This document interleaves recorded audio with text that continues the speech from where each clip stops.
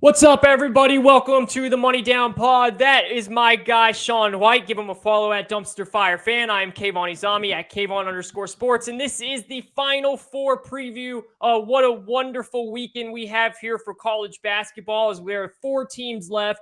All 4 of them are blue bloods. All 4 of them have won multiple titles in their history, and yet everyone is only talking about 2 of those teams, and rightfully so. And one of those teams, Sean is going to be sitting at the edge of his seat, maybe not even able to watch it. Sean, how are you feeling today going in as a UNC fan? Yeah, feeling a little nauseous about it. I got to be honest with you. I don't even know how I'm going to deal with watching the game. Like I said, I might just have to pick it up in the second half. I don't know if I can stand watching the first. It's going to be too nerve-wracking for me. So I don't know. It's going to be one of those games, man. It's going to be one of those games. I can't wait to take it all in and just hope UNC can pull off this upset one more time and kind of send Coach K home. But, it's going to be the odds stacked against him in this one. So I'm a little concerned about it. No doubt. It is truly a Hollywood story. Like, you can't write up a story better than this. You really can't. It's his final year coaching. They've never in their historic program history met in the tournament, yet on his final year, they meet in the tournament in the Final Four. And really, when no one really thought UNC was going to go. But to be honest with it, like there's people out there that are going to be like, I picked Duke. Majority of the people going into this tournament thought Duke was screwed because of how terrible they were playing. So it really is shocking, especially that UNC's here. But to me and to a lot of analysts out there, and I know you as well, we didn't really think Duke was going to come this far. And they to their credit, they have fixed their late game play, and that is what has made it so big for both of these teams. And I want to talk about the Villanova game real quick, but just hit on this real quick, Sean. Why these 2 teams are here, they have been the best 2 teams other than Villanova in clutch time play. UNC did it against Baylor when they were out, a bunch of players. UNC, Caleb Love, I should say, did it against UCLA in the final minute. And Duke has done it in the final 2 minutes against Michigan State, against Texas Tech. They went on a massive run against Arkansas. They have done everything in the clutch time, and that's why they're here. Yeah, that's what it is. It's been clutch time play. They beat Michigan State, which I thought they would, but then Texas Tech, they really closed the door. I think they scored. I don't think they missed a shot in like the last 7-8 minutes of the game, which is hard to replicate. Let's be honest. That was kind of a performance of a lifetime thing. And then they really gave it to Arkansas, which you could kind of see that coming. Here's the thing you got to think about with Duke, though, and I'm going to be honest. This is the one thing that I think UNC has a chance. If Love and Manic play the way they have been, Duke's not going to be able to stop them like they've been stopping these other teams, because if we're looking at Michigan State, Arkansas, and Texas Tech, they do struggle to score. They're not a big scoring group of teams. Carolina's gonna go up and down and score on you a little bit with the 4 starters they have that play very well. They're going to definitely be able to score against Duke and match them bucket for bucket. So Duke's defense is going to actually be tested this time, which it hasn't been those 3 games we just mentioned. And that's one thing to watch for. That's one thing that Carolina is going to have to take advantage of. They're going to have a hot shooting night if they want to hang with this Duke offense that's been playing well, because Carolina is only about 4 deep, let's be honest, and Leaky Black plays defense. That's what it is. That's it. So they're gonna have to have the stamina to be able to guard a talented Duke team and also score on them. It's going to be a tough task, but I think that's what's going to keep them in the game and make it a close game, obviously. No doubt about it. That, to me, that's what it comes down to. I think that, and this is what worries me about UNC as well, I think that their guard play is so erratic. If they are on, if RJ and Caleb is on, UNC is winning this game. They're winning the game. I think it's that simple. But they take some shots, man, where I'm just like, they're terrible shots. Like, they take really bad shots, but when they're on fire, they go in. And that's what Caleb Love's been doing this whole tournament. And I don't really see that stopping. That's why I think UNC has a great chance at this to win this game. But if they do, for some reason, get cold, I think we could see a blowout. I mean, I think Duke could absolutely blow them out of the building if they get cold, because like you said, they have absolutely zero depth, and it's all going to come down to, are those guards hitting shots? Duke is going to be able to do it in numerous ways. They can do it inside, And even against Baycock and Leaky back, I still think they'll have their way inside some. The rebounding is completely even across the board to me. I think both teams are really good rebounding. And then Duke can shoot from the outside too. But UNC, their main way is they got to hit their outside shots. I believe that they will, but that's something I'm going to be watching very early on in the game, which brings me to my favorite bet in this, by the way, is the over. I love the 152.5. 153, whatever you can get it at. I think it's going over. I think we're going to have a performance by both teams. I think both teams show up, and I think the over kind of, I'm not going to say it sails over, but I think it hits the over here. Yeah, I could see it being a high-scoring game. Like you said, I think it does hit the over for sure. I'd actually look at the first half over as well. Yep. I'm not sure what that number is, but I think they're going to get off to a hot start. I think there's a few keys that I want to hit on, some keys to the game for Duke and UNC right quick, and let's see if you agree with me or have some more. I think a big key for Duke is going to be Mark Williams' play on Baycott. I think that's going to be a huge thing. And on the flip side of that, I think Baycott staying out of foul trouble is going to be massive because I don't know how the refs are going to call this, but I'm hoping they let him play a little bit, not to the extent where you're Baylor tackling people out there, but I hope they at least let them play a little bit physical, especially with Carolina's lack of depth. Because that's going to start the whole they're giving it to Coach K speech that a lot of people have. And I've been guilty of it too. I do think that he gets all the 50-50 calls, which is what happens when you're a coach of that magnitude. But I don't want that to be an excuse. I want it to be a good play, straight-up game because Carolina doesn't have the depth to get into foul trouble. So I think foul trouble is going to be key on Carolina's side. I think Mark Williams being able to slow Baycott down is going to be key. The other thing I want to see from UNC, and this is a coaching matchup thing, they killed them on high pick and roll. Yes. The whole game. So UNC is going to come out and run high pick and roll. So I want to see how Duke counteracts high pick and roll against UNC, and I want to see if Carolina has a secondary punch to if the high pick and roll doesn't work. So I want to see those two schematic matchups. I think that's the keys to the game. Can the Carolina guard play hit shots and Baycott stay out of foul trouble? And can Mark Williams slow down Baycott on the boards and the point scoring? And if they have a counter to that high pick and roll that they struggled with, I think those are the keys to the game. Completely agree. I think you nailed every single aspect. If you had to give just a quick little basis on someone that hasn't watched these two teams, that is it right there. Really good job there. The foul trouble is going to be huge, man. And I'm so with you to see how they call it because, again, UNC, like, it's remarkable that they're here with how little depth they have. Like, Villanova doesn't have a lot of depth, but UNC has zero depth, man. Like, if they get in foul trouble and it's Baycock, Williams is going to kill them inside. It's going to destroy them inside. So that's going to be a very interesting matchup. I also want to see what Banchero does here, man. Like, he's had a very good tournament. He's come up clutch. I want to see if he can put on a real top 3 pick in the draft performance here, because I think he has the matchups to do it. I want to see if he can actually take advantage of it, because I fully believe Caleb Love is going to put up a performance. I just think he's got this flow going on right now. Again, if I'm wrong about that, I think UNC's effed. I think they're screwed. Yeah, RJ or Caleb has to put up about 30 points, one of the two. It's a must. It's an absolute must. But because of how well they played, I think that they will. So I really do. And I want to see who kind of switches that on the Duke side. Roach is going to be key as well.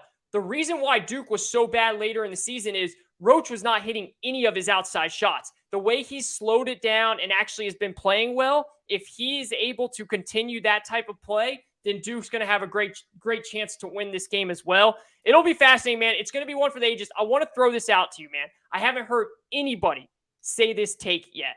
And people are going to think this is asinine. I think you might as well. But if you really just listen to it and settle in, I think that Duke has less pressure on them in this game than they did in that final game in Cameron Indoor Stadium. And this is why.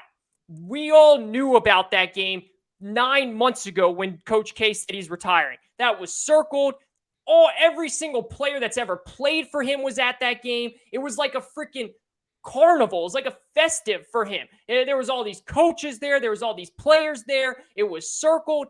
We didn't know that these two teams were going to be in the Final Four until 4 to 5 days ago.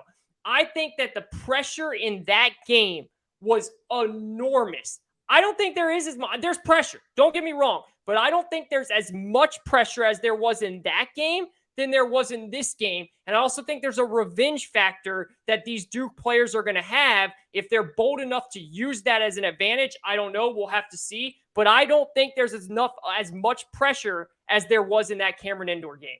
Okay, I would go with that had more pressure, but I think they still have a decent amount of pressure here. It's just different pressures. So completely. You want to send Coach K out with a win in Cameron Indoor in front of all the fans. So that was last the time he ever coaches there. It's But and you knew it was going to be against UNC too. Yeah. So UNC also had all year to be like, if we're going to win one game all year, we're going to win this one. So that's one thing that UNC had. These two teams definitely did not expect to play each other. Let's be honest. But here's where the other pressure comes. Duke's had pressure the whole tournament because they don't want to lose on Coach K's last tournament. Yes. So they have about that same amount of pressure, just not losing to anyone. And they've handled that well. The UNC factor is slightly different because even though it happened like this, everyone, like you just said, it's like Hollywood story, like Destiny, and everyone has UNC losing. So that's where UNC can have that same motivation that they just haven't had it circled for 9 months beforehand, where they're like, oh, they still don't think we can beat this team, huh? Still don't think it. So that's where UNC can have the added motivation of being an underdog still, because they are an underdog. Everyone is picking Duke now. Everyone thinks Duke is just going to win it all. I'll be honest with you. As much as I love Carolina, I do think it's going to be hard for them to win this game. I actually like Duke to lose in the title game. Hey. This has been what Duke's done all year, if you haven't noticed. They get all the way to the mountaintop and then lose the last game. Yeah. They did the regular season. They started showing off, getting there. Then they lost Coach K's last game in Cameron. Then everybody's like, oh, they're going to come back with a vengeance to the ACC tournament. And they played well those first 2 games or so to get to the finals. Lost to Virginia Tech. Yeah. Now they're on a heater again. No one expected it. Everyone's like that. Then they'll be the massive favorite. If they get out of this game, I think they possibly lose in the title game Monday. I think that's how this goes. I think they fall 1 game short and everything. That might be my prediction. I honestly, I think I'm not going to say I agree with you, but I totally get your point there, because like I said earlier, it feels like that miracle on ice type thing. Even though I know the U.S. went on and won the whole thing, but the biggest game was knocking off the Soviets. They did it. This feels like, man, it's if Duke, okay, they got revenge on this team that destroyed Coach K's final ever game at Cameron. They got their revenge. They did something in the tournament many people didn't think was going to happen. Oh, now it's what? Who are they going to? Come on, they've done everything, and then they lose. I could totally see it happening. I think that's a very interesting take right there. And you could see them relax a little bit possibly as well. And here's the thing that's kind of out there that nobody really has talked about either.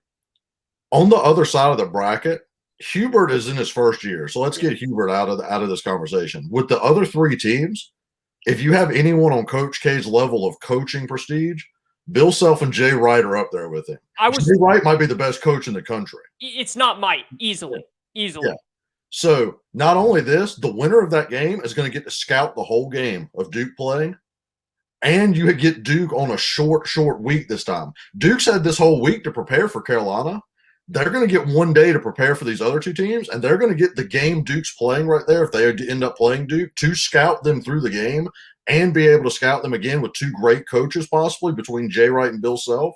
I'm telling you, that game's going to be tougher for Duke because they're going to have the prep time that they do, and they're younger kids, man. So it's going to be something else to watch. I'm telling you, my heart says I want UNC to win, as any UNC fan would, but my head says I think Duke actually might lose this title game, and because they might just relax down after this game, and the other team's going to come out hungry because they're going to be the underdogs again. If Duke makes this title game, everybody's going to think Duke wins it all. Yeah. I'm telling you, these other 2 teams aren't going to take kindly to that.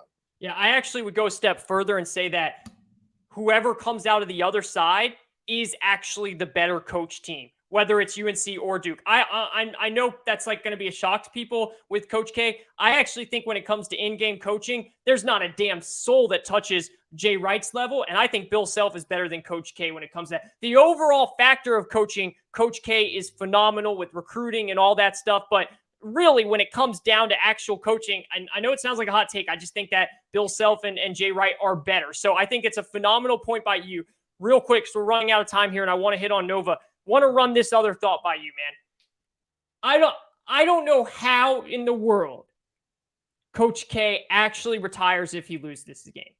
listen, man, if you have any type of competitive fuel in your body, any type of it, which Coach K clearly does, how in the hell can you go out losing your final game at Cameron to UNC and losing your final game in the Final Four to UNC? How can you go out like that, man? I cannot picture Coach K going out like that. I honestly believe if he loses this game, he comes back for another season. I don't. I think he's done. He announced it too far in advance. Like, that'd be terrible. No matter what, he's got to go out. But as a UNC fan, I would sincerely love that. That would be the best thing to ever happen as a UNC fan to UNC people. I mean, this game, I'm going to be honest and speak from a UNC fan perspective. If UNC wins this game, it don't matter if they lose the title game by 30. This is the game right here. Yep. Every UNC fan, UNC players probably wants this game more than anything. Just to knock Coach K out one final time would be an ultimate dream for UNC. It's going to be a tough task, but I don't see him coming back. They announced it too far in advance. Shire's basically been doing a lot of the interviews. He's been prepping him all year. I can't see him doing that. I think he just feels like he can't lose this game because he can't lose it because he is gone. But I'm telling you, what a day for UNC fans if that ends up happening and they knock him out at Cameron and in the Final Four. Oh, man, Duke fans would be in shambles then. If that happens, Duke can win the next 10 straight against you guys. And all UNC fans will have to say is, we retired Coach K twice. And it would be 50-50 on the Coach K Duke games. I mean, Dean Smith owned them fuckers back in the day, so that's a bigger record gap there. But it'd be 50-50 with just Coach K, which would be remarkable in itself. It will be a game for the ages. My favorite bet in that game, by the way, is over 152.5, 153, whatever you can get that at. Let's finish this up real quick, go to the Villanova game. I feel awful for Villanova, man. What an incredible run they've had, all to get here to lose Justin Moore, one of their best players on the team. I feel terrible for Justin Moore. My heart goes out to him. He's an NBA talented player. He deserves to have this chance, and he got it taken away from him, and that sucks. It's crazy, Sean, because any other year, this type of game is a game of the ages. You're talking about Villanova and Kansas, and yet nobody cares because of what's happening with Duke and UNC. It is the best undercard game before the main event you can possibly get. You have a coach in Jay Wright who, I'm telling you, man, I'll tell you guys right now, I'm taking Villanova plus 4.5. I don't care that they lost Justin Moore, and I'm not saying that they're going to win this game. You're giving me 4.5 points with Jay Wright. I'm taking it. I am taking it. This is what needs to happen for Villanova to win this game. They have to slow the ball down. If this becomes a running match, Kansas is going to blow away like they blew away Miami. I believe Jay Wright is telling his players 60 possession game. If we can keep this down to 60 possessions, we can win this game, which is why my two favorite plays is the first half under of, I think it's 62, and then the total game under of 133. I think Villanova does slow it down. I don't know if they do it enough to win the game because Kansas has so much talent. But I am leaning on Jay Wright and Villanova here, even with the injury. I just have so much faith in Jay Wright, Colin Gillespie. It's a veteran team. It's a team that understands how to play their game, and I really like Villanova to hold strong. I don't know if they win, but I think they hold strong. Yeah, so I love the first half under. I think they come out and make it dirty. Dirty type of game. Yep. I love the Jay Wright angle that you're talking to, the +4. I can't see them getting blown out, especially not with this Kansas team. But I do want to give a little love to Bill Self here. Yes. This might be one of his worst Kansas teams he's had in the last 5-6 years, and they're going further than any of them. What a coaching job he's done.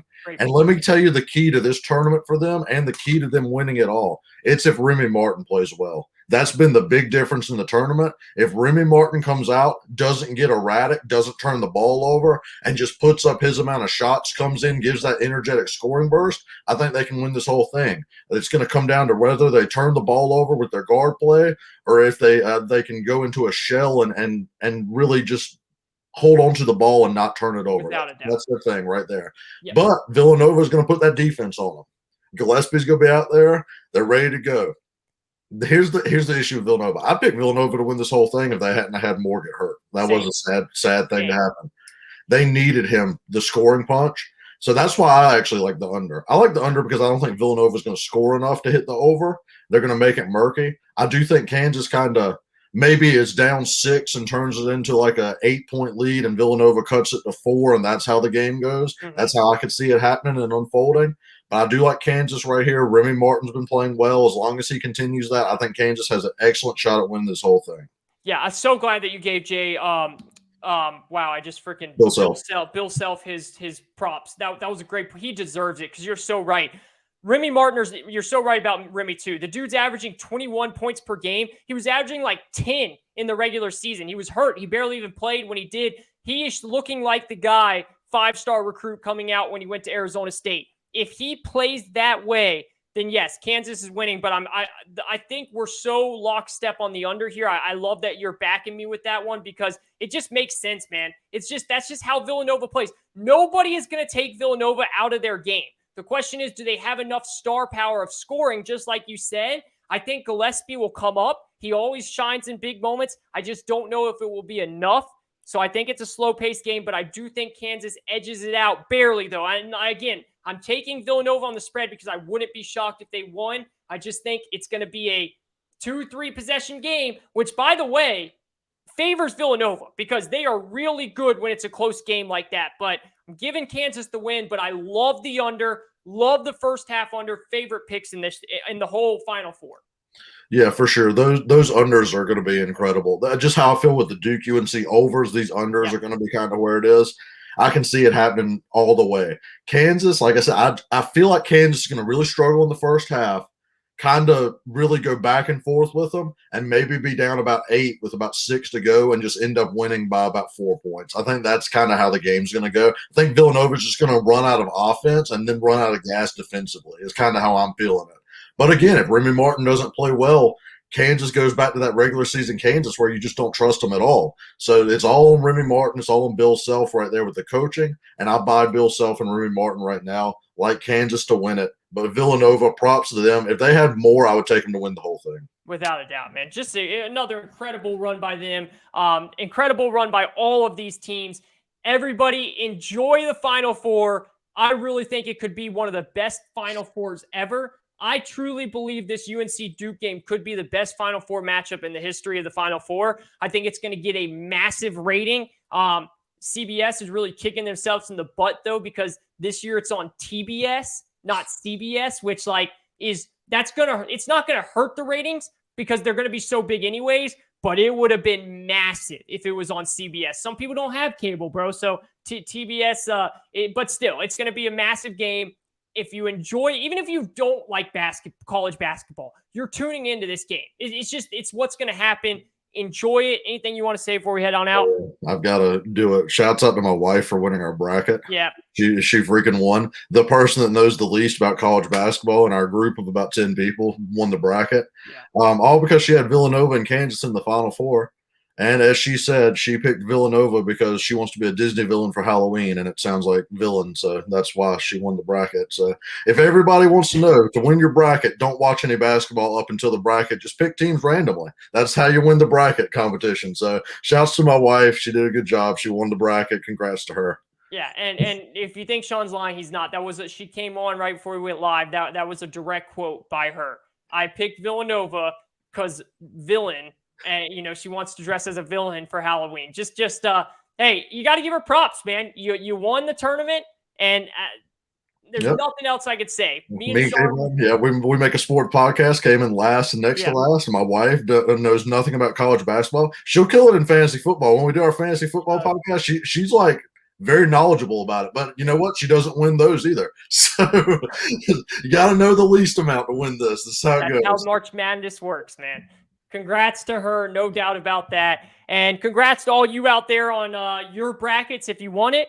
And enjoy the Final Four because it's going to be a hell of a Final Four. We will do for those that haven't seen it, we talked some more NFL. We did a mock draft. We did a really good mock draft. We have another one coming out. We had a comment about our Tyreek Hill Miami. We have a video coming out about that. We will answer your comment. Thank you for those. Anyone else that wants to leave a comment, leave it at the YouTube page or hit us up on Twitter. We will shout your name out and we will answer your question. debate it back and forth all day long. So keep those coming. Stay tuned as the rest of the week we will be upping our draft talk and NFL talk as we go. Have a great weekend. Enjoy the Final Four.